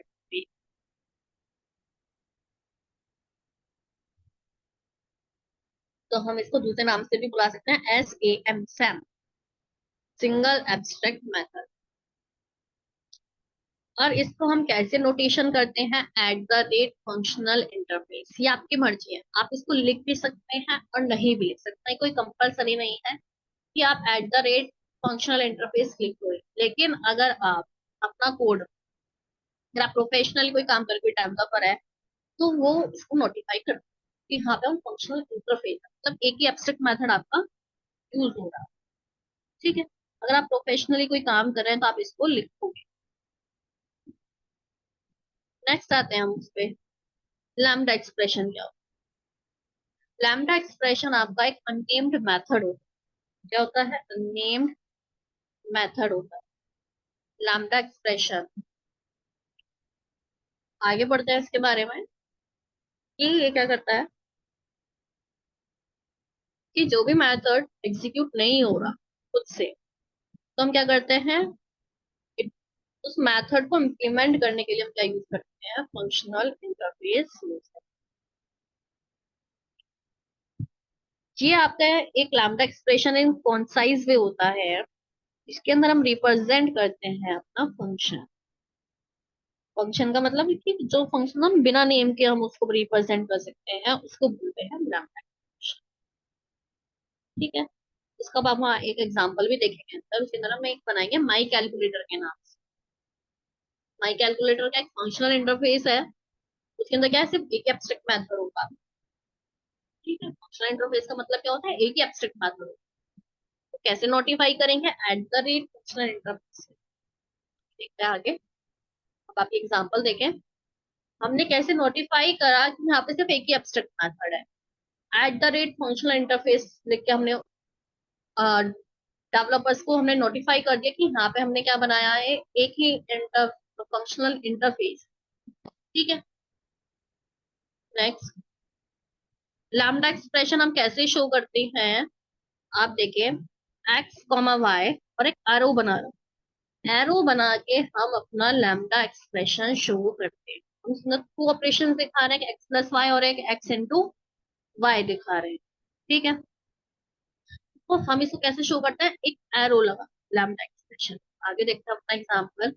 हमने क्या इंटरफेस बनाया, माई कैलकुलेटर के नाम से। फिर हमने टू ऑपरेटर्स पास करा है, अपने ए और इंट बी। मेथड हमने क्या बनाया, एक ही मेथड बनाया माई कैलकुलेटर के नाम से। नेक्स्ट हमने क्या बनाई, क्लास बनाई फंक्शनल इंटरफेस के नाम से, फंक्शनल इंटरफेस एग्जांपल के नाम से। फिर हमने अपना मेन मेथड बनाया क्लास के अंदर। ठीक है, उसके अंदर हमने क्या यूज करा, अपना लैम्डा एक्सप्रेशन। ठीक है, लैम्डा एक्सप्रेशन देखो कैसे यूज करा है हमने। सबसे पहले हम क्या कर रहे हैं, ऐड कर रहे हैं, तो हमने my calculator adder is equal to, ठीक है, x comma y goes to x plus y. Next my calculator multiplier के लिए हमने एरो बना के फिर एक्स इंटू वाई। फिर डायरेक्ट हमने अपना लगा दिया system dot out dot println लगाया। अच्छा, इसके अंदर हमने जो जो ऑपरेशन परफॉर्म करना है, एडर डॉट ऑपरेट 5 और 3। अगर हमें एडिशन परफॉर्म करना है 5 और 3, तो हमारा आंसर क्या मिलेगा, 8 मिलेगा। जब हम प्रोडक्ट दिखाएंगे तो कितना मिलेगा, 15 हमको आंसर मिलेगा। ठीक है। तो फंक्शनल इंटरफेस के अंदर क्या होता है, एक एब्स्ट्रैक्ट मेथड होता है जो हमने क्या बनाया, माई कैलकुलेटर के नाम से बनाया। लैम्डा एक्सप्रेशन किस लिए यूज करा गया, आपका ये नीचे एरो से शो करा जाता है। और ये क्या होता है आपका लैम्डा एक्सप्रेशन, आपका क्या होता है, आपके फंक्शन का कोई भी नेम नहीं होता, हम इसके अंदर फंक्शन का नेम देने की जरूरत नहीं पड़ती। इसलिए ये जावा के न्यू फीचर्स के अंदर कि आपका कोड और क्या हो गया, और इजी हो गया लिखना, इसके अंदर आपको फंक्शन का नेम नहीं देना पड़ा और एक ही एब्स्ट्रैक्ट मेथड बनाना। ठीक है। तो ये क्या हो गया, आपको एक वे हो गया जिसके अंदर आप शॉर्ट में कोड लिख सकते हैं अपना। बहुत फ्लेक्सिबल हो गया आपके लिए, ये आपको पूरा का पूरा। और ऑपरेशन भी आपको क्या होता है, कलेक्शंस के अंदर परफॉर्म कर पा रहे हैं। ये हमें अलग अलग क्लासेस नहीं बनानी पड़ रही हर एक ऑपरेशंस के लिए। ठीक है, तो हमने क्या करा, लैम्डा एक्सप्रेशंस बनाए और अपने ऑपरेशन परफॉर्म कर दिए, फंक्शन का नाम भी नहीं देना पड़ा, ना कोई फंक्शन क्रिएट करना पड़ा हमें इसके अंदर। नेक्स्ट आपका है Java module system. Discuss the Java module system and its advantages. कि जावा मॉड्यूल सिस्टम क्या होता है, लाइक हम कोई एप्लीकेशन बना रहे हैं, कोई सॉफ्टवेयर बना रहे हैं, तो उसके अंदर क्या होता है, हम कोई भी चीज बनाने के लिए हम डिफरेंट डिफरेंट मॉड्यूल्स बनाते हैं। अगर एक कंपनी के अंदर कोई सॉफ्टवेयर बना रहा है कोई एक बंदा, तो वो कोई अकेला तो बना नहीं रहा पूरा सॉफ्टवेयर, उसका थोड़ा थोड़ा काम की टीम को दिया जाता है कि इसके एक मॉड्यूल पे आप काम करोगे, इस मॉड्यूल पे आप काम करोगे। इसका बैकएंड कोई बना रहा है, फ्रंट एंड कोई बना रहा है। ठीक है, कि लाइक उसका लॉगिन पेज कोई बना रहा है, एग्जिट जो उसका पेज है वो कोई और बना रहा है, जो उसके इंटरनल फंक्शन है वो कोई और बना रहा है, तो उसको मॉड्यूल नाम दे। कि जो कोई एक लॉगिन पेज बना रहा है, ठीक है, तो एक मॉड्यूल वो हो गया आपका। ऐसे आपके डिफरेंट डिफरेंट मॉड्यूल्स होते हैं, तो जब जाके आपका एक सॉफ्टवेयर तैयार हो, तो किसी भी एक कोड को जब आप एक मॉड्यूल्स के अंदर डिफाइन कर देते हैं, ठीक है, और उन मॉड्यूल को हम रीयूज भी कर सकते हैं। जब हम डिफरेंट मॉड्यूल्स बना रहे हैं, तो मॉड्यूल को कहीं और भी यूज कर सकता है किसी और एप्लीकेशन से। लाइक आपका एक वेबसाइट आप बना रहे हो कि एक प्रोडक्ट को सेल करने वाली वेबसाइट है, ठीक है, एक जगह आप सेल कर रहे हो अपना प्रोडक्ट। ठीक है, लाइक एक आपने ग्रोसरी का बनाया, एक आपने क्लोथिंग का बना दिया, उधर भी लॉगिन पेज बनना है, उसमें भी लॉगिन पेज होना चाहिए दोनों के अंदर। तो वो मॉड्यूल आप अपना क्लोथिंग वाले में भी यूज कर सकते हो और सेलिंग वाले अपना ग्रोसरी वाले में भी। ठीक है। तो जावा मॉड्यूल सिस्टम आपका किसके अंदर इंट्रोड्यूस करा गया है? जावा 9 के अंदर, जो कि आपका एक लैब ऑर्गेनाइजेशन के अंदर यूज करा जाता है। उसके अंदर क्या होता है? आपका फीचर होता है, एनकैप्सुलेशन का भी फीचर होता है। और वो आपको क्या अलाउ करता है कि जो आपके रिलेटेड पैकेजेस हैं उनको आपस में ग्रुप कर सके। लाइक ने डिफरेंट डिफरेंट मॉड्यूल्स बनाए, बाद में उनको ग्रुप भी तो करना पड़ेगा ना एक सॉफ्टवेयर बनाने के लिए। तो हम बाद में सबको ग्रुप भी कर रहे हैं आपस में। ठीक है, जितने भी उसके रिसोर्सेज उसके अंदर यूज हो रहे हैं।